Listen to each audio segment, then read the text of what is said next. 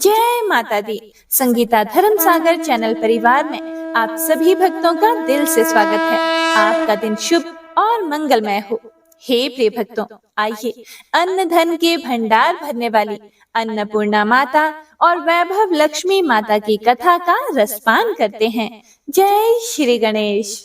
एक समय की बात है, काशी निवासी धनंजय की पत्नी का नाम सुलक्षणा था। उसे अन्य सब सुख प्राप्त थे, केवल निर्धनता ही उसके दुख का कारण थी। यह दुख उसे हर समय सताता रहता था। एक दिन सुलक्षणा अपने पति से बोली, स्वामी, आप कुछ उद्यम करो, अर्थात कुछ काम धंधा रोजगार व्यापार कुछ कीजिए, तभी कुछ काम चलेगा। इस प्रकार कब तक हम ऐसे ही रहेंगे? सुलक्षणा की बात धनंजय के मन में बैठ गई और वह उसी दिन विश्वनाथ शंकर जी को प्रसन्न करने के लिए बैठ गया और कहने लगा, हे देवाधिदेव विश्वेश्वर, मुझे पूजा पाठ कुछ आता नहीं है, केवल तुम्हारे भरोसे बैठा हूं। इतनी विनती करके वह 2-3 दिन भूखा प्यासा बैठा रहा। यह देखकर भगवान शंकर ने उसके कान में अन्नपूर्णा अन्नपूर्णा अन्नपूर्णा इस प्रकार 3 बार कहा। यह शब्द सुनते ही धनंजय सोचने लगा, यह कौन था और क्या कह गया।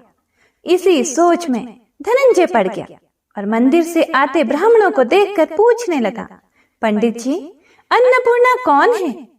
ब्राह्मणों ने सोचा, इसने 2-3 दिन से कुछ खाया नहीं है। तो ब्राह्मणों ने कहा, तू अन्न छोड़ बैठा है, सो तुझे अन्न की ही बात सूझती है। जा, घर जाकर अन्न ग्रहण कर। धनंजय घर गया, अपनी पत्नी से सारी बात कही। वह बोली, नाथ, चिंता मत करो, स्वयं शंकर जी ने यह मंत्र आपको दिया है, वे स्वयं ही इसका खुलासा करेंगे। आप फिर जाकर उनकी आराधना करो। धनंजय फिर जैसा का तैसा पूजा में बैठ गया। जब वह पूजा में बैठा था तो रात्रि में शंकर जी ने आज्ञा दी। शंकर जी बोले, तू पूर्व दिशा में चला जा। यह सुनते ही वह चला गया और वह अन्नपूर्णा का नाम जपता जाता और रास्ते में फल खाता, झरनों का पानी पीता जाता। इस प्रकार कितने ही दिनों तक वह चलता गया। वहां उसे चांदी सी चमकती वन की शोभा देखने में आई। सुंदर सरोवर देखने में आया। उसके किनारे कितनी ही अप्सराएं झुंड बनाई बैठी थी। वह अप्सराएं एक कथा कहती थी और वह सभी मां अन्नपूर्णा इस प्रकार बार बार कहती थी। यह अघन मास की उजेली रात्रि थी और आज से ही व्रत का आरंभ था। जिस शब्द की खोज करने वह निकला था, वह उसे वहां सुनने को मिला। धनंजय ने उनके पास जाकर पूछा, हे देवियों, आप यह क्या करती हो? उन सब ने कहा, हम सब मां अन्नपूर्णा का व्रत करती हैं। धनंजय ने उनसे पूछा कि ये व्रत कैसे होता है, व्रत करने से क्या होता है, यह आज तक किसी ने किया भी है, इसे कब किया जाए, ये कैसा व्रत है और इस व्रत की विधि कैसी है, मुझसे भी कहो। अप्सराएं कहने लगी, इस व्रत को सब कोई कर सकते हैं। 21 दिन तक के लिए 21 गांठ का सूत लेना चाहिए। 21 दिन यदि ना बने तो एक दिन उपवास करें। यह भी ना बने तो केवल कथा सुनकर प्रसाद लें। निराहार रहकर कथा कहें। कथा सुनने वाला कोई ना मिले तो पीपल के पत्तों को रख सुपारी या घृत कुमारी को सामने कर, दीपक को साक्षी कर, सूर्य, गाय, तुलसी या महादेव को बिना कथा सुनाए मुख में दाना ना डालें। यदि भूल से कुछ पड़ जाए तो एक दिवस फिर उपवास करें। व्रत के दिन क्रोध ना करें और झूठ ना बोलें। धनंजय बोला, इस व्रत के करने से क्या होगा? अप्सराएं कहने लगी, इसके करने से अंधों को नेत्र मिलते हैं, लूलों को हाथ मिलते हैं, निर्धन के घर धन आता है, बांझी को संतान होती है, मूर्ख को विद्या आती है। जो जिस कामना से व्रत करे, माँ उसकी इच्छा पूरी करती है। वह कहने लगा, बहनों, मेरे भी धन नहीं है, विद्या नहीं है, कुछ भी तो नहीं है, मैं भी तो दुखियारा ब्राह्मण हूँ। मुझे इस व्रत का सूत दोगी अप्सराएं बोली, हाँ भाई, तेरा कल्याण हो, तुझे हम जरूर देंगे, ले इस व्रत का मंगल सूत्र ले। धनंजय ने व्रत किया, व्रत पूरा हुआ। तभी सरोवर में से 21 खंड की स्वर्ण सीढ़ी हीरा मोती जड़े हुए प्रकट हुई। धनंजय जय अन्नपूर्णा कहता जाता था। इस प्रकार कितनी ही सीढ़ियां उतर गया तो क्या देखता है कि करोड़ों सूर्य से प्रकाशमान अन्नपूर्णा का मंदिर है। उसके सामने स्वर्ण सिंहासन पर माता अन्नपूर्णा विराजमान है। सामने भिक्षा हेतु भगवान शंकर खड़े हैं। देवांगनाएं चंवर डुलाती हैं। कितनी ही हथियार बांधे पहरा देती हैं। धनंजय दौड़कर जगदम्बा के चरणों में गिर गया। देवी उसके मन का क्लेश जान गई। धनंजय कहने लगा, माता, आप तो अंतर्यामी हो, आपको अपनी दशा क्या बताऊं? माता बोली, तुमने मेरा व्रत किया है तो जा, संसार तेरा सत्कार करेगा। माता ने धनंजय की जिह्वा पर बीज मंत्र लिख दिया। अब तो उसके रोम रोम में विद्या प्रकट हो गई। इतने में क्या देखता है कि वह काशी विश्वनाथ के मंदिर में खड़ा है। मां का वरदान ले धनंजय घर आया। सुलक्षणा से सब बात कही। माताजी की कृपा से उसके घर में संपत्ति उमड़ने लगी।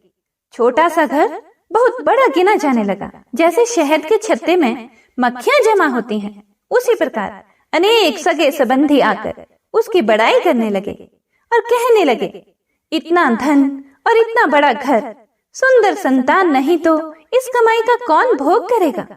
सुलक्षणा से संतान नहीं है, इसलिए तुम दूसरा विवाह करो। अनिच्छा होते हुए भी धनंजय को दूसरा विवाह करना पड़ा और सती सुलक्षणा को सौत का दुख उठाना पड़ा। इस प्रकार दिन बीतते गए। फिर अघन मास आया। नए बंधन से बंधे पति से सुलक्षणा ने कहलाया कि हम व्रत के प्रभाव से सुखी हुए हैं, इस कारण यह व्रत हमें छोड़ना नहीं चाहिए। यह माताजी का प्रताप है जो हम इतने संपन्न और सुखी हैं। सुलक्षणा की बात सुन धनंजय उसके यहाँ आया और व्रत में बैठ गया। नई बहू को इस व्रत की खबर नहीं थी। वह धनंजय के आने की राह देख रही थी। दिन बीतते गए और व्रत पूर्ण होने में 3 दिवस बाकी थे कि नई बहू को खबर पड़ी। उसके मन में ईर्ष्या की ज्वाला दहक रही थी। सुलक्षणा के घर आ पहुंची और उसने वहां भड़दंग मचा दी। वह धनंजय को अपने साथ ले गई। नए घर में धनंजय को थोड़ी देर के लिए निद्रा ने आ दबाया। इसी समय नई बहू ने उसका व्रत का सूत तोड़कर आग में फेंक दिया। अब तो माताजी का कोप जाग गया। घर में अकस्मात आग लग गई। सब कुछ जलकर खाक हो गया। सुलक्षणा जान गई और पति को फिर अपने घर ले आई। नई बहू रूठकर पिता के घर जा बैठी। पति को परमेश्वर मानने वाली सुलक्षणा बोली, नाथ, घबराना नहीं, माताजी की कृपा अलौकिक है। पुत्र कुपुत्र हो जाता है पर माता कुमाता नहीं होती। अब आप श्रद्धा और भक्ति से आराधना शुरू करो, वे जरूर हमारा कल्याण करेंगी। धनंजय फिर माता के पीछे पड़ गया। फिर वही सरोवर सीढ़ी प्रकट हुई। उसमें माँ अन्नपूर्णा कहकर वह उतर गया। वहां जा माताजी के चरणों में रुदन करने लगा। माता प्रसन्न हो बोली, यह मेरी स्वर्ण की मूर्ति ले, उसकी पूजा करना, तू फिर सुखी हो जाएगा।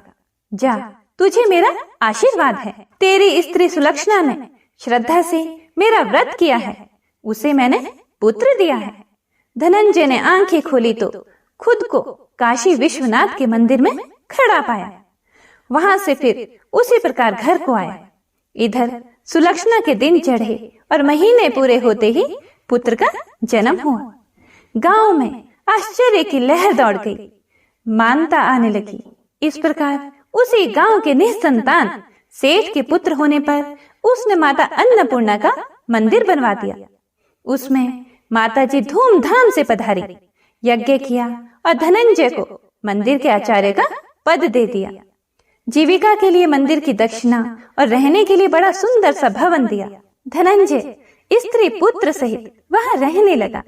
माताजी के चढ़ावे में भरपूर आमदनी होने लगी और उधर नई बहू के पिता के घर डाका पड़ा। सब लुट गया। वे भीख मांगकर पेट भरने लगे। जब सुलक्षणा ने यह सुना तो उन्हें बुलावा भेजा, अलग घर में रख लिया और उनके अन्न वस्त्र का प्रबंध कर दिया। धनंजय, सुलक्षणा और उसका पुत्र माताजी की कृपा से आनंद से रहने लगे। माताजी ने जैसे इनके भंडार भरे वैसे सबके भंडार भरे। कथा को सुनने वाले, कथा को सुनाने वाले और हुंकारा भरने वाले सभी के भंडार भरना। कथा अधूरी हो तो पूरी करना, पूरी हो तो मान करना।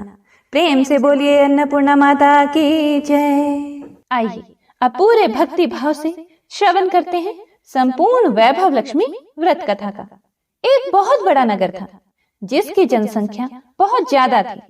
दूर दूर के लोग इस नगर में काम धंधे, नौकरी, रोजगार की तलाश में यहाँ आते थे और जब रोजगार मिल जाता था तो यहीं पर जम जाते थे, यहीं रहने लग जाते थे। ये लोग अपने काम धंधों में ऐसे व्यस्त रहते कि अपने अतिरिक्त किसी की भी परवाह नहीं करते थे। लोभ, स्वार्थ ने घर के सदस्यों से भी प्रेम व्यवहार कम कर दिया था। ममता, प्यार, दया, सहानुभूति, परोपकार जैसे संस्कार बहुत कम हो गए थे। पूजा पाठ दिखावे व अपने स्वार्थ पूर्ति के लिए ही लोग करते थे। श्रद्धा पूर्वक भक्ति भाव से प्रभु भजन एवं कीर्तन नाम मात्र के लिए ही करते थे। हेरा फेरी, बेईमानी, शराब, जुआ, व्यभिचारी आदि धर्म विरुद्ध कार्यों को ही लोग जीवन का सुख मानते थे। उच्च विचार की शिक्षा पुरानी पड़ गई थी। अब तो अधिकतर लोग किसी भी प्रकार से धन कमाकर ऐश करो पर विश्वास करते थे। इसी नगर में शीला अपने पति के साथ रहती थी। शीला के पति का अपना एक छोटा सा कारोबार था। वह बहुत विवेकी और सुशील था। ईमानदारी से वह अपना कारोबार करता था, जिससे उसका कारोबार ठीक ठाक चल रहा था और आराम से उनका जीवन व्यतीत हो रहा था। शीला धार्मिक प्रवृत्ति की, संतोषी स्वभाव की स्त्री थी। वह कभी भी किसी की बुराई नहीं करती थी। यथासंभव दूसरों की सहायता को हमेशा तत्पर रहती थी। घर के कार्यों से बचे समय का सदुपयोग वह प्रभु भजन व कीर्तन करने अथवा धार्मिक या ज्ञानवर्धक पुस्तकें पढ़ने में बिताती थी। वास्तव में उनकी गृहस्थी एक आदर्श गृहस्थी थी। आसपास के अधिकांश लोग उस परिवार की बहुत ही सराहना करते थे, किंतु कुछ लोग जिन्हें दूसरों की खुशी देखकर जलन होती है, उन्हें सुख संतोष पूर्वक जीवन यापन करते देख मन ही मन जलते थे। वे इस प्रयास में रहते थे कि किसी भी प्रकार शीला के पति को गलत रास्ते पर चलाकर उसकी धन संपत्ति से, उसकी दौलत से खुद ऐश करें। शीला का गृहस्थ जीवन इसी प्रकार हंसी खुशी चल रहा था। पर कहावत है ना, सब दिन होत न एक समान। मनुष्य के जीवन में सुख दुख, लाभ हानि लगे रहते हैं। शीला के पति को भी अपने कारोबार में काफी घाटा उठाना पड़ा। ऐसा लग रहा था कि जैसे मानो कुछ भाग्य ही उसका रूठ गया हो। वह अपने कारोबार में हुए घाटे का जल्द से जल्द लाभ में बदलने के चक्कर में गलत लोगों से मित्रता कर बैठा। ये झूठे मित्र उसे जल्द ही करोड़पति बनने का सपना दिखाने लगे और उसे जुआ, घुड़दौड़, शराब आदि के कुचक्कर में डाल दिया। भला आज तक जुए, शराब आदि कुटेबों से कौन धनवान हुआ है जो वह धनवान हो पाता? शीला का पति करोड़पति तो बना नहीं, खाकपति जरूर बन गया। वह रोडपति बन गया, यानी रास्ते पर भटकते भिखारी जैसी उसकी स्थिति हो गई थी। जल्द से जल्द अमीर बनने के लालच में वह घर में थोड़ी बहुत बची धन संपत्ति, गहने जेवर आदि सभी गंवा बैठा। एक समय ऐसा था कि पति पत्नी सुखपूर्वक जीवन व्यतीत कर रहे थे। कुछ ही दिनों में ऐसा समय आ गया कि उनको 2 समय के भोजन के भी लाले पड़ गए। घर में दरिद्रता, भूखमरी का माहौल हो गया। इससे शीला का पति और भी ज्यादा चिड़चिड़ा हो गया। वह बात बेबात पर अपनी पत्नी शीला के साथ गाली गलौज और मारपीट करने लगा। शीला एक सुशील और संस्कारी स्त्री थी। वह पति को अपना सब कुछ समझती थी। पति के ऐसे व्यवहार से वह दुखी तो बहुत थी, लेकिन भगवान पर भरोसा रखकर वह यह सब दुख सहने लगी। वह यह सोचकर सहती रही कि दुख के बाद सुख जरूर आएगा। कहते हैं ना, दुख में ही भगवान याद आते हैं। इसीलिए शीला को भी हर समय प्रभु पर भरोसा था और विश्वास था कि भगवान उसे सुख के दिन भी अवश्य दिखाएगा। आज दुख तो कल सुख जरूर आएगा। एक दिन दोपहर को शीला दुखी हृदय से भगवान को याद कर रही थी कि हे प्रभु, हम तेरे छोटे बच्चे हैं, हमारी गलतियां और अपराधों को क्षमा करो। हे भगवान, मेरे पति को सद्बुद्धि दो।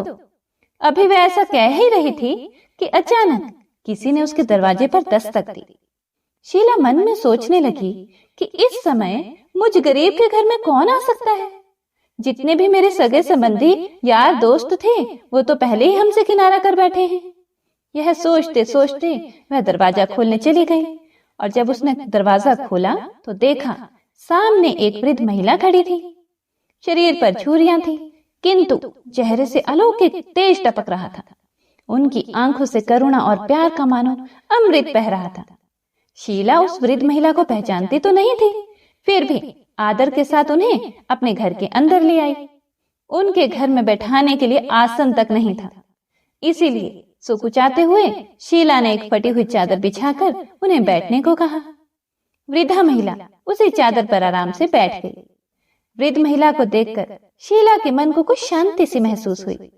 वृद्धा ने उससे पूछा, शीला मुझे पहचानती हो या नहीं? शीला बोली, मां जी आपको देखते ही कुछ अपनापन तो महसूस हुआ मुझे।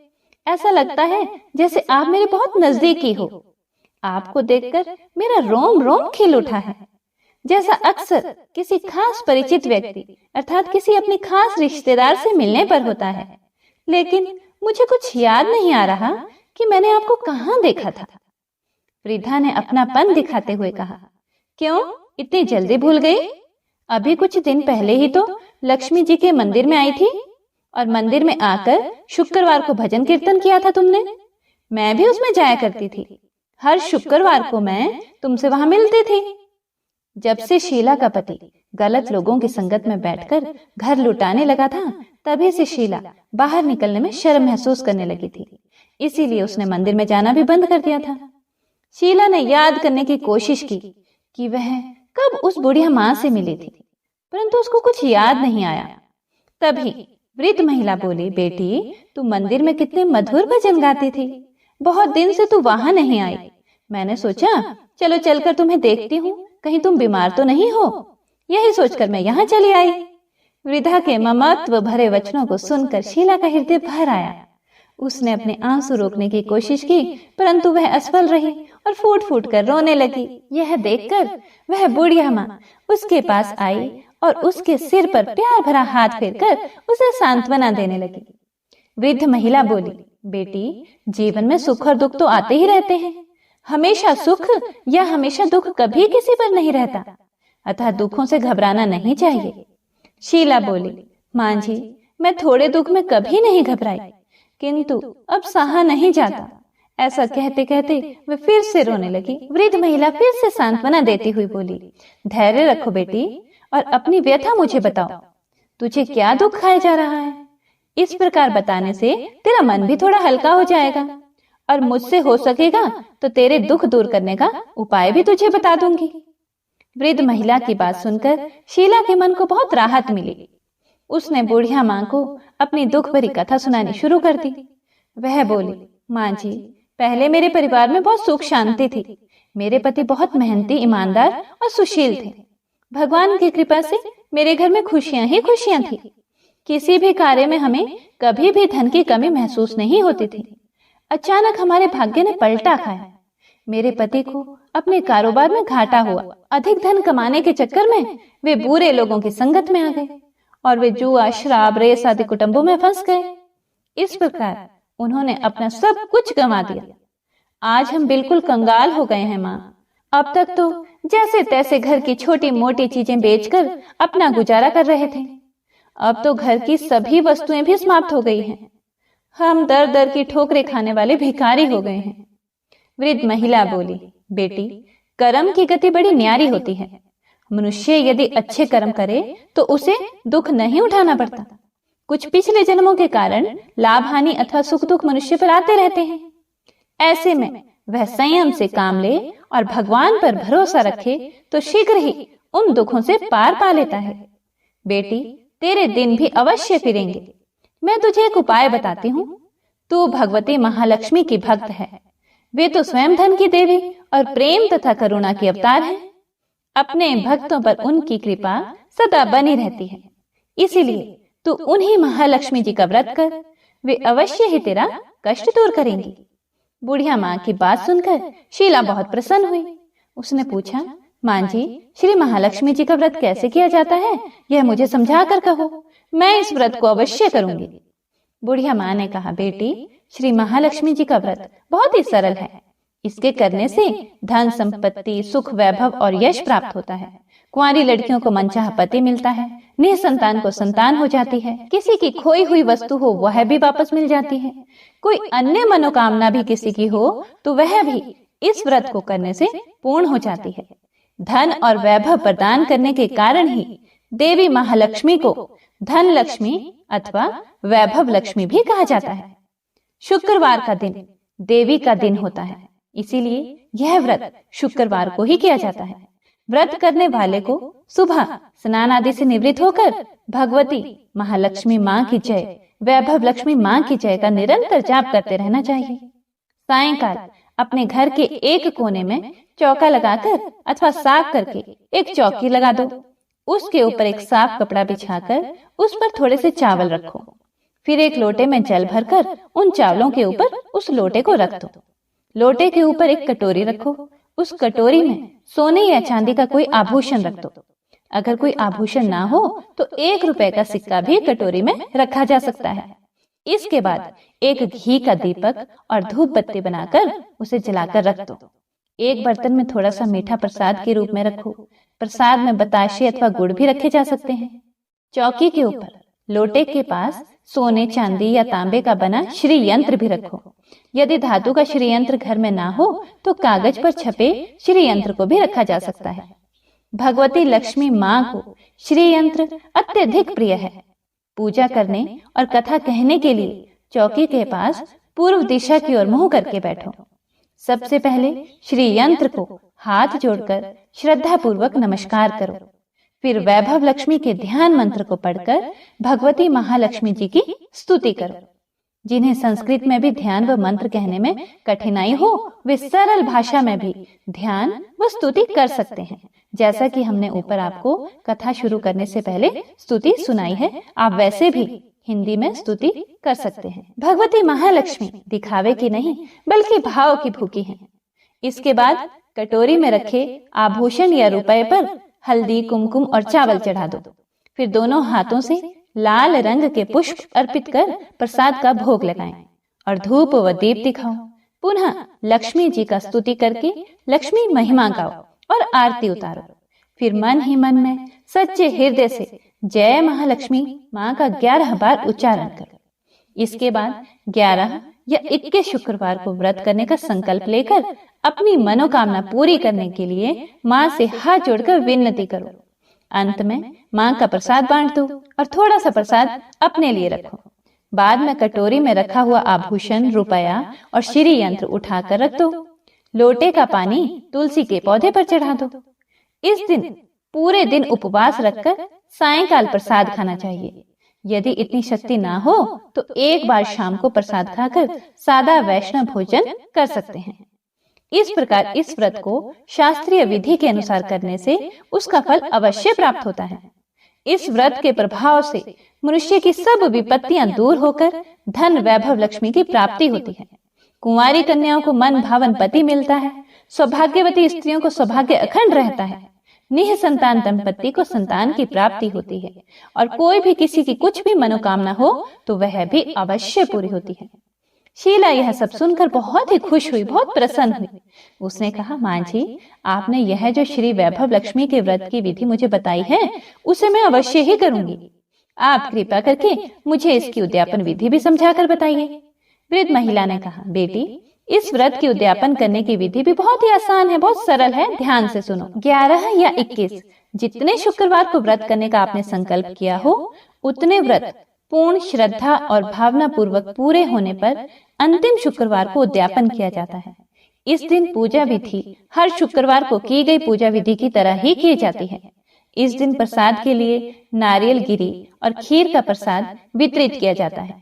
प्रसाद के साथ कम से कम 7 कुंवारी या सौभाग्यवती स्त्रियों को कुमकुम का तिलक लगाकर श्री वैभव लक्ष्मी व्रत कथा की एक पुस्तक भेंट दी जाती है। अंत में फिर भगवती श्री महालक्ष्मी के विभिन्न स्वरूपों को श्रद्धा पूर्वक हाथ जोड़कर नमस्कार करो और मन ही मन माँ से प्रार्थना करो कि हे महालक्ष्मी माँ, हे धन लक्ष्मी माँ, हे वैभव लक्ष्मी माँ, मैंने सच्चे मन से आपका व्रत पूर्ण किया है। फिर भी मुझसे कोई गलती या अपराध हुआ हो उसे क्षमा करना और हमारी अर्थात जो भी आपकी मनोकामना हो उसे कहें कि हे माँ, हमारी मनोकामना को पूर्ण करना, हमारा सबका कल्याण करना, हमारी विपत्तियों को दूर करके हमें धन वैभव प्रदान करना। हे देवी माँ, आपकी महिमा अपरंपार है। बुढ़िया माँ से श्री वैभव लक्ष्मी के व्रत की शास्त्रीय विधि सुनकर शीला का मन मयूर जैसे नाच उठा। उसे लगा मानो उसे मन मांगी मुराद मिल गई हो। उसने तत्काल ही अपनी आंखें बंद करके मन ही मन संकल्प लिया कि हे वैभव लक्ष्मी माँ, मैं आपका 21 शुक्रवार तक बुढ़िया माँ द्वारा बताई गई शास्त्रीय विधि के अनुसार व्रत और उद्यापन करूंगी। इस प्रकार संकल्प करके जैसे ही शीला ने आंखें खोली तो वृद्ध माँ को कमरे में नहीं पाया। उसने घर के बाहर आकर देखा किंतु वहां भी उसे कहीं माँ जी दिखाई ना दे। उसे बहुत आश्चर्य हुआ कि थोड़ी ही देर में माँ जी कहाँ गायब हो गई। वास्तव में वे साक्षात भगवती महालक्ष्मी थी जो अपनी भक्त शीला को वृद्धा का वेश रखकर रास्ता दिखाने आई थी। अगले ही दिन शुक्रवार था। शीला सुबह नहा धोकर मन ही मन जय महालक्ष्मी माँ, जय वैभव लक्ष्मी माँ का जाप करने लगी। सायंकाल वह वैभव लक्ष्मी माँ की पूजा करने बैठी। घर में कोई आभूषण तो था नहीं। आभूषण के नाम पर उसकी नाक की एकमात्र लौंग बाकी बची थी। उसने वही निकालकर धोकर कटोरी में रखी। घर में थोड़ी शक्कर रखी थी, उसका प्रसाद बनाया और फिर बुढ़िया माँ के द्वारा बताई गई विधि के द्वारा वैभव लक्ष्मी माता का पूजन किया। पूजन के पश्चात उसने प्रसाद अपने पति तथा अन्य लोगों को वितरित किया। अंत में स्वयं ग्रहण किया। श्री वैभव लक्ष्मी माँ का प्रसाद खाते ही शीला के पति के स्वभाव में परिवर्तन आने लगा।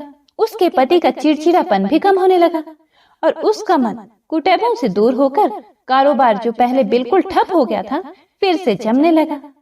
21वें शुक्रवार को शीला ने बुढ़िया माँ द्वारा बताई शास्त्रीय विधि के अनुसार उद्यापन किया और 11 स्त्रियों को श्री वैभव लक्ष्मी व्रत की पुस्तकें भेंट में दी।